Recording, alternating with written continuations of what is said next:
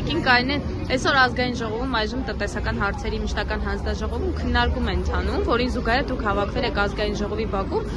ինչ ակնկալիքներ ունեք այս քննարկումից։ Անկախ ամեն ինչից դեռ վերջի հույսը չի մահացել, ասում հույսը վերջում է մահանում, ակնկալիքներ ունենք, որտեղ մեր թիկունքում ունենք Ավագյանի նման օգնական, որ անշահախնդիր է, առանց որևիցե շահադիտական բաների ինքը քննարկում է եւ այսօր անգամ Թունյանը չի կարող իրեն հակադարձի։ Իսկ հարկային օրենսգրքի փոփոխությունները ձեր հաշվապահը, այսպես ասեմ, տնտեսվարողներից մեկը բացատրեց, թե հարկայինը ինչ բացթողումներ ունի։ Ձեզ կխնդրեմ տնտեսվարողի աչքերով ոչ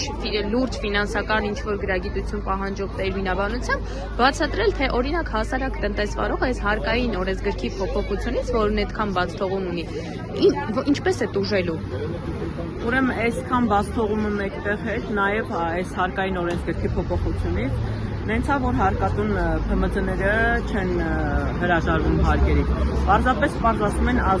հարկերը ազատականացրեք, թույլ տվեք, որ մենք ավելորդ ծախսեր չառնենք։ Իսկ իրանք ասում են գույքագրեք ձեր ապրանքը, որը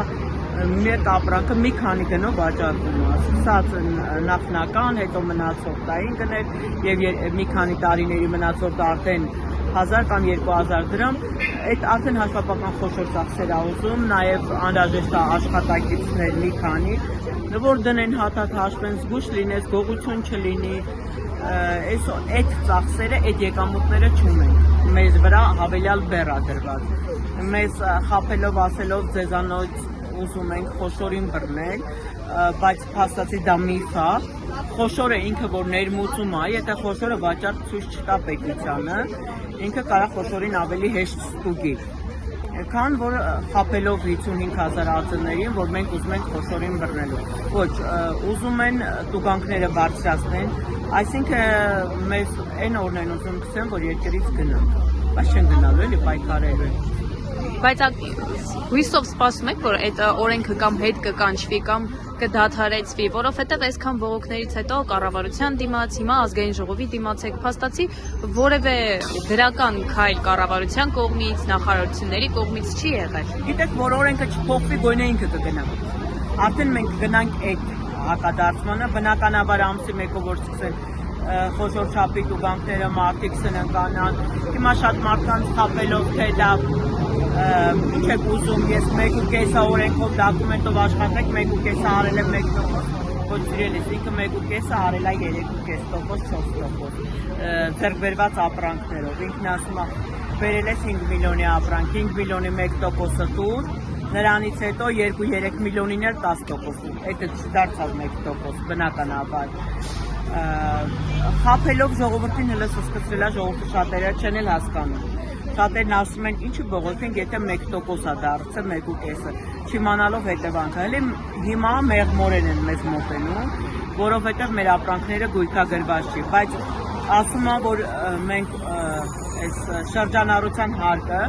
ինքը վնասում է հարկատուին, չի կարում խոշորանա։ Խոշորներին տեսնում ենք ինչ ձև են տուգանքները դնում, տեսնում եք սա խոշորների մոտ ստուգումները, մենք չենք ուզում խոշորանալ, նա խոշորանալու գումար չունենք, որ խոշորանան։ Երկրորդը ես այնպես դաշտով չեմ կարող աշխատել, որտեղ հավելյալ ծախսեր է պահանջում, դրա համար չեմ կարող, եւ երրորդը, որ մանր ու միջին բիզնեսը շրջարկով աշխատող, ինքը Հայաստան աշխարհի աղքատության շեմն է նվազեցնում, ունի մի աշխատակից, իր ընտանիքն է պահում, իսկ դա արդեն բավական է, ես կարծում եմ։ Որպես մանր ու միջին բիզնեսի աշխատակիցներ ոչ մի անգամ, ոչ մի հացով չեն աջակցել, ոչ մի հատ։ Տեսեք, բայց օրինակ Նիկոլ Փաշինյանը, վարչապետը նույն ասում է, այդ գումարները հավաքում ենք, պետական բյուջե ենք լցնում, դա պետության համար է, հարկատուները հերոսներ են։ Հիմա փաստացի ստեղծվում են տպավորությունը, որ տնտեսվարողները չեն ուզում լինել հերոս, չեն ուզում հարկ վճարել, այդպես թեական պատկերացում ունեն կառավարությունը ձեր մասին։ Նախ հարկատուին հերոս անվանելը դա վիրավոր անգամ մեր հերոս տղաներին։ Ես նման ձև եմ պատմում։ Ամեն մարդ ինքն իր տեղում պետք է լինի։ Հերոսը հերոս է, հարկատուն հարկատու է։ Հարկատուն հերոս չի կարա լինի։ Հարկատուն աշխատում է այս երկրում, շրջանառություն է անում,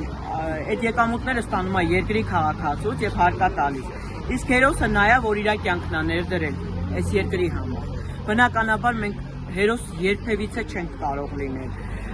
Շատ լավ կլիներ, որ մի քիչ կիրթ լինեին, իմանային ում ինչ անվանել, էլի։ Այս հերոս անվանելով մեզ չի կարա մեզ թալանի, խաբեության տանի։ Մենք հերոսներ չենք, հերոսները մեր զավակներն են, մեր երեխեքն են, որ այս երկիրը թեկուզ փոքրացրին, բայց պահեցին, այսքան դավաճանության հետ մեկտեղ, նաև պահեցին իրանց արյան գնով, այն երեխեքն են, որ այսօր հողի տակ են։ Հերոսները այն երեխեքն են, որ այսօր ինվալիդ են, ու պարոն վարչապետը նեղվում է, որ նրանց նպաստ է տալիս, որ նրանց, որ ասում է, նպաստառուները շատացել են, բնականաբար պետք է շատանային, պարոն վարչապետ։ Այդ տղաները իրանց կյանքն են դրել, իրանց առողջությունն են դրել, դեռ չամուսնացած երեխա չունեցած, թև չունեն, ոչ չունեն, աշկ չունեն, անգամ այսօր դուք իրանց բուժում չեք օգնում։ Բնականաբար, իսկ եթե բյուջեից են խոսում, բյուջեն լցնելու, ուրեմն թող առաջին իրեն քիչ վարձատրվեն, բյուջեն լցվեն։ Բյուջեն չի լցվել, բյուջեն դատարկվել է, բոլորս տեսնում ենք, արտաքին պարտքը ավելացել է, ինչով է լցվել։